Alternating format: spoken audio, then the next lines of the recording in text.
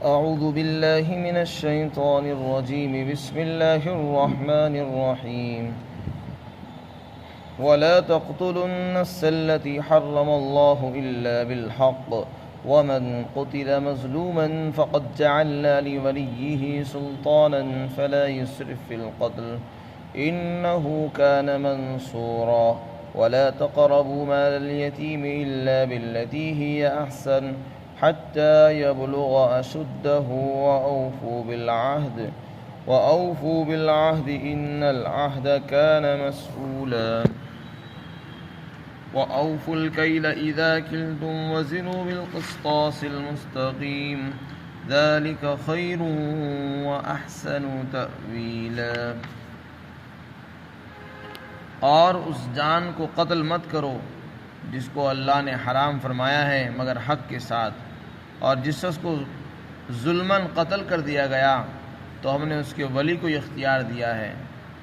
اختیار رکھا ہے، تو لہذا وہ قتل کرنے میں حد سے آگے نہ بڑھے. یقیناً یہ مقتول کے ولی کی مدد کی جائے گی. اور یتیم کے مال کے قریبی مت پھٹکو مگر اسی طریقے پر جو بہتر ہے، یہاں تک کہ وہ اپنی جوانی کی عمر کو پہنچ جائے. اور عہد کو پورا کرو، یقیناً عہد کے بارے میں باز پرس ہوگی. اور پورا ناپ کر دو جب تم ناپو، اور تولنے میں ترازو سے کام لو، انصاف کے ساتھ تولو، انصاف کی ترازو کے ساتھ تولو، یہ تمہارے حق میں بہتر ہے اور انجام کے اعتبار سے بھی اچھا ہے. سب سے پہلے اللہ رب العزت نے فرمایا کہ کسی جان کو قتل مت کرو. کسی بھی انسان کا قتل حرام ہے اور کبیرہ گناہ ہے. کسی بھی انسان کو قتل کرنا جائز نہیں ہے جس کو اللہ نے حرام فرما دیا ہے. تو اس لیے فرمایا کہ قتل کرنا یہ بھی کبیرہ گناہ ہے، اس سے بھی بچو. اور یہ فرمایا الا بالحق، مگر حق کے ساتھ. کوئی آدمی کسی کو جان بوجھ کر قتل کر دے یا بھولے سے غلطی سے قتل کر دے، دونوں ہی منع ہیں. اور اگر غلطی سے قتل ہو جائے تو اس میں دیت ہے، جان بوجھ کر قتل کر دے تو اس کی سزا جہنم ہے اور اس میں قصاص ہے وغیرہ. اس کی تفصیلات پچھلی آیتوں کے اندر آئی ہیں. یہاں پر یہ فرمایا جا رہا ہے کہ کسی نفس کو قتل کرنا جائز نہیں ہے، حرام ہے. ہاں ایک صورت کے اندر اجازت ہے، وہ ہے قتال، وہ ہے قصاص. اگر کسی آدمی نے کسی کو قتل کر دیا ہے تو اسلامی قوانین کے مطابق مسلمانوں کا سربراہ اس کو اس بات کا اختیار حاصل ہے کہ وہ مقتول کی طرف سے اس کے قاتل کو قصاص کے اندر قتل کر سکتا ہے. مقتول کے اولیاء کو یہ اختیار حاصل ہے کہ وہ قاتل کو قتل کرا سکتے ہیں قصاص میں، وہ بدلے کے اندر، کیونکہ اس نے ان کے آدمی کو مارا ہے. اب وہ یا تو وہ خود کرائیں یا حکومت کی ذمہ دار اور صاحب اقتدار لوگ اس بات کو انجام دیں. تو اس صورت کے اندر اس کا قتل کرنا یہ برحق ہوگا اور جائز ہوگا اور بجا ہوگا. اس کے علاوہ کسی اور صورت کے اندر جائز نہیں ہے. اسی طرح ایک بالحق کی شکل یہ بھی ہے کہ کوئی آدمی زنا کرے. اگر غیر شادی شدہ مرد اور عورت زنا کرتے ہیں تو ان کی سزا 100 کوڑے ہیں، اور اگر شادی شدہ مرد اور عورتیں زنا کرتی ہیں تو ان کی سزا سنسار ہے، یعنی ان کو پتھروں سے مار مار کر ہلاک کر دی جائے. تو اس صورت کے اندر بھی ان کو قتل کیا جا رہا ہے، لیکن چونکہ یہ ایک جرم کے اندر ان کو قتل کیا جا رہا ہے اور یہ برحق ہے، بجا ہے، اس لیے ان کا قتل کرنا یہ گناہ کبیرہ نہیں ہوگا، بلکہ اس میں شریعت نے اجازت دی ہے قتل کرنے کی. سنساری ہو، زنا کی سزا میں ان کو قتل کیا جا رہا ہو، یا کسی کے قصاص اور بدلے کے اندر کسی کو قتل کیا جائے تو اس کا قتل کرنا گناہ نہیں ہوگا بلکہ وہ جائز ہوگا. اسی طرح مرتد کا حکم ہے، کوئی آدمی مرتد ہو جائے وغیرہ. ومن قتل مظلوما، آگے فرمایا کہ اگر کسی آدمی کو قتل کر دیا گیا ظلماً، اس کا کوئی گناہ نہیں تھا، کوئی قصور نہیں تھا، نہ اس نے کسی کو قتل کیا، نہ اس نے زنا کیا، نہ کوئی مرتد ہوا، لوگوں نے زیادتی میں اس کو مار دیا، ظلماً قتل کر دیا، تو فرمایا اس کے ولی کو اختیار حاصل ہے. ہم نے اس کے ولی کو اختیار دیا ہے، قوت دی، اقتدار عطا فرمایا ہے کہ وہ بدلے میں اس کے قاتل کو قتل کر سکتا ہے، لیکن ساتھ ہی یہاں بھی مقتول کے ولی اور اس کے ذمہ دار، اس کے سرپرست کو یہ بھی ہدایت ارشاد فرمائی گئی کہ وہ قتل کرنے میں حد سے آگے نہ بڑھے۔ جس آدمی کے گھر کو، جس گھر کے کسی ممبر کو قتل کیا گیا ہے، اس مقتول کے ولی کو یہ اختیار حاصل ہے کہ وہ قاتل کو قتل کرے، لیکن قتل کرنے میں حد سے آگے نہ بڑھے۔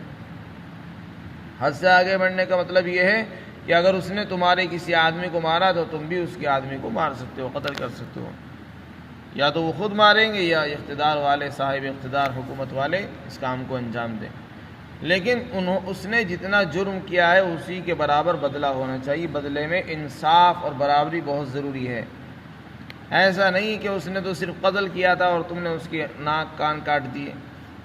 ہاتھ پیر بھی الگ کیے، مسئلہ کیا اس کو پہلے قتل کیا پھر اس کو جلا دیا، یا اس کے ہاتھ ناک کان کاٹ کر اس کو مسئلہ کیا جا رہا ہے، مذاق اڑایا جا رہا ہے، تو اس صورت کے اندر تمہاری طرف سے زیادتی پائی جائے گی اور تم ظالم کہلاؤ گے۔ تو مقتول کے وارث اور اس کے ولی کو ہدایت دی گئی ہے کہ وہ جب کسی قاتل کو قصاص میں قتل کرے گا تو اس میں یہ انصاف کا پہلو پیش نظر رہے، برابری ہونی چاہیے، قتل کرنے میں بھی، بدلہ لینے میں بھی برابری ضروری ہے۔ جہاں بدلہ لینے میں ذرا سی زیادتی ہو گئی تو پھر ظالم تم کہلاؤ گے اور وہ مظلوم ہو جائے گا، پھر اس صورت کے اندر اس سے مواخذہ ہوگا، پکڑ ہو سکتی ہے اس کی۔ اس لیے فرمایا کہ وہ مقتول کا جو ولی اور ذمہ دار ہے وہ قتل کرنے میں حد سے آگے نہ بڑھے۔ حد سے آگے بڑھنے کی ایک شکل اور بھی لکھی ہے کہ اس نے تو آپ کے ایک ہی آدمی کو مارا تھا اور آپ نے غصے میں، جنون میں آ کر ان کے گھر کو آگ لگا دی، اور اس کے بدلے میں آپ نے ایک نہیں، 2 کو، 3 کو، بلکہ ان کے بہت سے رشتہ داروں کو مروا دیا، تو یہ زیادتی ہے۔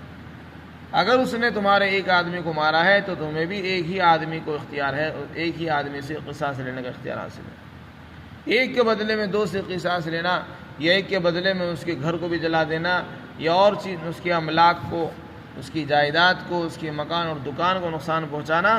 یہ بجا نہیں ہے، ناجائز اور حرام ہے۔ اس لیے فرمایا جا رہا ہے کہ ضرور یہ بات بالکل برحق ہے کہ تمہیں جنون ہے، جوش ہے انتقام کا، انسان کو غصہ ہوتا ہے ایسے موقع پر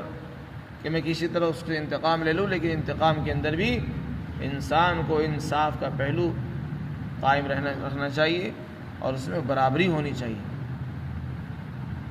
آگے ارشاد فرمایا کہ مقتول کے وارث اور اس کے ولی کی مدد کی جائے گی، یعنی اللہ کی طرف سے اس کی مدد ہوگی اگر وہ انصاف اختیار کرے گا۔ انصاف، بدلہ لینے میں انصاف سے کام لے گا تو اس کی مدد ہوگی، اللہ کی طرف سے بھی ہوگی اور حکومت والے بھی اس کے ساتھ دیں گے اور اس کو قتل کرانے میں ساتھ دیں گے۔ دوسرا حکم ارشاد فرمایا کہ یتیم کے مال کے قریبی مت جاؤ۔ یتیم سے کون مراد ہے؟ یتیم وہ بچہ کہلاتا ہے جس کے باپ کا انتقال ہو گیا۔ ماں کے انتقال پر کوئی یتیم نہیں ہوتا، باپ کا انتقال ہو گیا ہے اور بچہ ابھی یتیم ہے، چھوٹا ہے، چھوٹے چھوٹے بچے ہیں، لڑکا ہے یا لڑکی ہے، اولاد ہے، ابھی چھوٹے چھوٹے عمر کے بچے ہیں اور باپ کا اسی عمر میں انتقال ہو گیا ہے، اور باپ نے اپنے پیچھے بہت سارا مال، مکان، دکان، جائیداد، روپیے، پیسے چھوڑے، چاہے تھوڑا چھوڑا ہو یا زیادہ چھوڑا ہو، اس سے بحث نہیں، کچھ بھی چھوڑا ہو تو وہ سب کچھ یتیم کا اور اس کے ورثہ کا ہوتا ہے۔ ہوتا کیا ہے، جب کسی کے باپ کا انتقال ہو جاتا ہے اور بچے چھوٹے ہوتے ہیں، یتیم ہوتے ہیں، وہ ناسمجھ ہوتے ہیں، تو عموماً ایسے موقع پر مرنے والے کا بھائی یا مرنے والے کا چچا یا کوئی اور رشتہ دار ذمہ دار سرپرست بن کے بیٹھ جاتا ہے اور سارے مال پر قبضہ و کنٹرول حاصل کر لیتا ہے، اور یہ سمجھتا ہے کہ بس مرنے والا تو جا چکا ہے، یہ بچے انہیں کیا پتہ ہمارے باپ نے کیا چھوڑا اور کتنی دولت چھوڑ کر گیا ہے، اس کی کیا مالیت تھی، کیا قیمت تھی، انہیں اس سے متعلق کچھ پتہ نہیں، کیونکہ یہ بھی نوجوان بچے ہیں، معصوم بچے ہیں، اور انہیں عام طور سے ایسا پتہ نہیں ہوتا، معلومات نہیں ہوتی۔ تو ایسے موقع پر انسان کے دل میں خیالات آتے ہیں کہ میں اس میں تصرف کروں اور اپنی فائدے کے لیے اس مال کو استعمال کروں۔ چنانچہ وہ کبھی چاہتا ہے تو اس مال کو کسی کو قرضہ دے دیتا ہے، کبھی چاہتا ہے کسی کو کرایہ پہ دے دیا اس کا مکان، کبھی چاہا اس میں سے کچھ بیچ دیا اور یتیم بچوں کو بتایا بھی نہیں، یعنی اپنی مرضی سے اس کے اندر تصرف شروع کر دیا ہے، اس طرح جیسے کہ اپنا ہی مال ہو۔ تو فرمایا یتیم کے جو ولی اور سرپرست اور ذمہ دار بنے ان کے لیے ہدایت ہے، سخت حکم ہے کہ وہ ان کے مال میں تصرف تو بہت دور کی بات ہے اس کے قریب بھی مت جائیں، اس کے اندر غلط ارادہ غلط نیتیں بالکل نہ رکھیں، اس مال کو غلط نیت سے نہ دیکھیں، اس میں انصاف سے کام لیں۔ وہ ایک امانت ہے تمہارے ذمہ، اگر اللہ نے تمہیں اس کا بڑا بنایا ہے، سرپرست بنایا ہے، تو ایک ذمہ دار بنایا ہے، اس کا مال تمہارے قبضے میں ہے تو ایک امانت ہے، اس کے بارے میں سوال ہونا ہے، پوچھ ہوگی، لہذا اس کو اپنی طرف سے بیچ دینا، کسی کو قرضے میں دے دینا، کسی کو کرایہ پہ دے دینا اور اس کا نفع خود کھاتے رہنا اور اس کو اپنے استعمال میں خرچے میں لیتے رہنا، یہ سب ناجائز ہے، اپنے پیٹ میں آگ بھرنا ہے۔ تو یہ فرماؤ اس کے قریب ہی مت جاؤ، اس کو ایسی جگہ لگانا جس میں یتیم کا نفع نہ ہو، یہ غلط اور ناجائز ہے۔ ہاں اس کے مال کو اگر مثال کے طور پر کوئی زمین تھی، مکان تھا، اس کو ایسی جگہ لگا دیا کہ جس سے یتیم کا بھلا ہوتا رہے، مثلا کوئی مکان چھوڑا باپ نے تو اس کو کرایہ پر دے دے تاکہ یتیم بچوں کا اس میں گزارا چلتا رہے، ان کا خرچ پورا ہوتا رہے، تو یہ ایک اچھی چیز ہے۔ اس کا صحیح استعمال اگر ہو رہا ہے تو پھر اس میں برائی کوئی نہیں ہے اور نہ وہ ناجائز ہوگا۔ ہاں اگر اس کا غلط استعمال ہو رہا ہے جس میں یتیم بچوں کا کوئی نفع نہیں، کوئی فائدہ نہیں ہے، تو اس کے متعلق فرمایا جا رہا ہے کہ ایسا تصرف جائز نہیں ہوگا۔ تو اس لیے فرمایا یتیم بچوں کے مال کے قریب مت جاؤ مگر اس طریقے پر جو بہتر ہو، جو طریقہ بہتر ہو یتیموں کے لیے بس وہی اختیار کیا جا سکتا ہے، جو طریقہ ان کے لیے بہتر نہیں ہے بلکہ انسان اپنے فائدے کے لیے وہ کام کو کر رہا ہے تو وہ جائز نہیں ہوگا۔ اس لیے دوسری آیت میں فرمایا کہ تم جو یتیموں کا مال کھاتے ہو وہ اپنے پیٹوں میں آگ بھر رہے ہو۔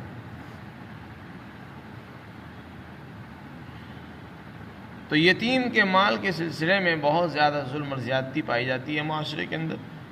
زمانہ جاہلیت کے اندر بھی پائی جاتی تھی اور آج کے دور میں بھی پائی جا رہی ہیں۔ اسی لیے گھر گھر میں جھگڑے اور فساد ہے، انسان کو چاہیے کہ جس کا مال ہے اس کو اس کے حوالے کر دے۔ قرآن میں بھی اللہ نے فرمایا کہ جب تک وہ بچے یتیم ہیں تم اس کے سرپرست بن گئے ہو، بڑے بن گئے، کوئی بات نہیں، جب وہ بچے جوان ہو جائیں، اپنی بالغ ہونے کی عمر کو پہنچ جائیں، ان کو ہوش سمجھداری آ جائے تو اب ان کا مال انہیں کے حوالے کر دینا چاہیے۔ ساری زندگی اس پر قبضہ کر کے بیٹھے رہنا اور ان کو اپنے کنٹرول میں رکھنا اور اپنے اشاروں میں نچانا یہ بالکل مناسب نہیں ہے۔ اللہ فرماتے ہیں جب وہ بلوغت کی عمر کو پہنچ جائے، بالغ ہو جائیں، پھر ان کو ان کا مال ان کے حوالے کر دیں، پھر وہ جو چاہے کریں اس کو۔ ہمیشہ کے لیے ان پر کنٹرول جمع کر رکھنا اور بڑائی جتانا اور ڈرا دھمکا کے رکھنا یہ بالکل ناجائز اور حرام ہے۔ فرمایا اور یتیم بچوں کے مال کو کے قریب ہی مت جاؤ مگر اسی طریقے پر جو ان کے حق میں بہتر ہو، یہاں تک کہ وہ اپنی جوانی کی عمر کو پہنچ جائیں۔ اور ایک تیسرا حکم ارشاد فرمایا اور عہد کو پورا کرو۔ عہد کے معنی وعدہ، یعنی کسی سے کوئی معاہدہ ہے، کوئی وعدہ ہوا ہے تو اس کو پورا کرنا چاہیے، اور اگر پورا نہیں کر سکتے تو معاہدہ اور وعدے بھی نہ کرو۔ ہماری عادت یہ ہے کہ ہم وعدے تو بڑے بڑے کر لیتے ہیں لیکن پورا نہیں ہوتا، اس لیے وعدہ اگر نہیں کر سکتے، نبھا نہیں سکتے تو اس کو وعدے بھی کرنا مناسب نہیں۔ آگے فرمایا عہد کے بارے میں پوچھ ہوگی، کسی سے کوئی عہد کیا اور اس کے خلاف ورزی آپ نے کی ہے، وعدہ خلافی آپ کر رہے ہیں تو یہ معمولی چیز نہیں ہے، اس کے بارے میں قیامت کے دن سوال ہونا ہے، جیسے اور چیزوں کے بارے میں سوال ہوگا اس کے بارے میں سوال ہوگا۔ تو یہ عہد کر دینا، اس میں چونکہ دوسرے کے حقوق کی حق تلفی ہے، حقوق کو ماننا ہے، دوسرے کے وقت کا ضیاع ہے، مال کا بھی ضیاع ہے اور اس کے نقصانات ہیں، اس لیے اس کے بارے میں قیامت کے دن سوال ہونا ہے، لہذا اس چیز کو اپنے پیش نظر رکھ کر وعدوں کو پورا کرنا چاہیے۔ چوتھا حکم ارشاد فرمایا کہ ناپنے میں پورا ناپو۔ ناپ ہوتا ہے، ایک تول ہوتی ہے، فرمایا ناپ نہ ہو، جب تم ناپو کسی چیز کو تو ناپ کر دو، تو پورا ناپ کر دو، کمی نہ کرو اس میں، یہ ظلم ہے۔ جس کے بارے میں وعید ارشاد فرمایا ویل للمطففین، ناپ تول میں کمی کرنے والوں کے لیے بربادی ہے اور ہلاکت ہے، الذین اذا اکتالوا علی الناس یستوفون، کہ جب وہ لوگوں سے لیتے ہیں تو پورا پورا لیتے ہیں، اور جب دیتے ہیں تو کمی کر کے دے دیتے ہیں، یعنی جب اپنی باری آتی ہے لینے کی تو پورا پورا وصول کر کے لیتے ہیں، اور جب دوسروں کو ناپ کر دیتے ہیں تو اس میں ڈنڈی مارتے ہیں، کمی کر دیتے ہیں، ترازو میں جو ہے کمی زیادتی کر دیتے ہیں، دھوکہ دہی کرتے ہیں، فریب دکھاتے ہیں، تو یہ فرمائے یہ سب ناجائز ہے۔ وَأَوْفُوا الْكَيْلَ، اور جب تم ناپ کر دو تو پورا پورا ناپو۔ اسی طرح فرمایا صحیح ترازو سے، انصاف کی ترازو سے تولو، جو چیزیں تول کر بیچی جاتی ہے وہ بھی انصاف کے ساتھ تولو، جو ناپ کر بیچی جانے والی چیزیں ان کو ناپ، اس میں بھی پورا پورا ناپ کر دو، کمی زیادتی بالکل نہ کرو۔ یہ فرمائے یہ تمہارے حق میں بہتر ہے اور انجام کے لحاظ سے بھی اچھا،